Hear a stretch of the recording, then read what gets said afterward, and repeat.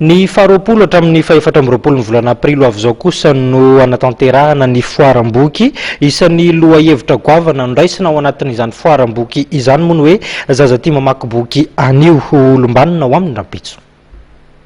Ho fanamariana ny 13 aprily andro iraisam-pirenena ho an'ny boky sy ny zon'ny mpamorona sy mba ahafahan'ny olona mifanerasera amin'ny tontolon'ny boky, ny fikambanana mampiely baiboly malagasy sy ny Association des éditeurs de Madagascar dia mikarakara ny andian'ny faha-raika amby folo ny foaran'ny boky iraisam-pirenena ny faha-roapolo hatramin'ny faha-efatra amby roapolo aprilo avy izao.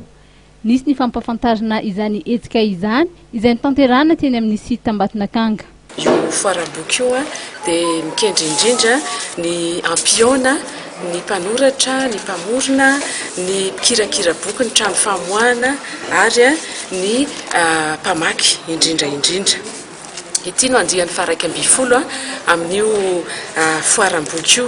ary mampiavaka an'izy ity dia mitombo tsy tahaka ny tamin'ny lasa ny mpandray anjara fa anisany ohatra izay tonga handray anjara amin'ity taona ity tahaka izay nataony tamin'ny taona lasa ny nanomboany azy ny ambassade américaine, tahaka izany koa ny média au service de l'évangile. Izy ity marina fa ny fikambanana mampiely baiboly no anisan'ny tompon'antoka voalohany ary miara-miasa amin'ny AEDIM kanefa dia tsy ny boky mpivavahana na boky kristiana ihany no ao fa boky fanabeazana sy literatiora maro samihafa. Hiavaka ity andian'ny faha-raika amby folo amin'ny foaran'ny boky ity raha ny fanamarian'ny avy eo anivon'ny AEDIM na ny fikambanan'ireo mpanota boky eto Madagasikara. Amin'ny tiratoraka ity ny tena samihafa kely ny andian'ny faha-raika amby folo ity zany raha ny aktivité mikasikan'ny boky no jerena dia isy fiaonan'ny mpanoratra sy ny mpamoaka boky. Izay anisan'ny azo atao hoe voalohany any angamba izy ity satria mbola tsy dia tena nisy hoe fiaonana ohatran'izay ny organisena teo amin'ny foara. Ny antony dia amin'izao tao izao samy manana ny olana na ny mpamoaka boky na ny mpanoratra dia tsy indraindray ohatra ny misy tsy dia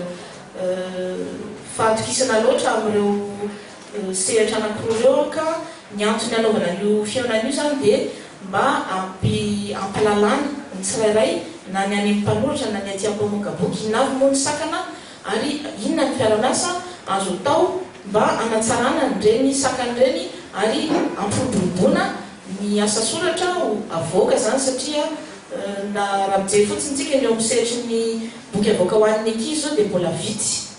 Maro moa ireo ivitoerana sy fivarota-boky izay mandray anjara amin'ity hetsika ity. Maro ihany koa ny mpiara-miasa sy ny mpanohana ny hetsika raha tsy laza afa-tsy ny ministeran'ny kolotsaina sy ny asa tanana, ny CRAM, ny IFM, ny UNESCO sy ny tanàna Antananarivo.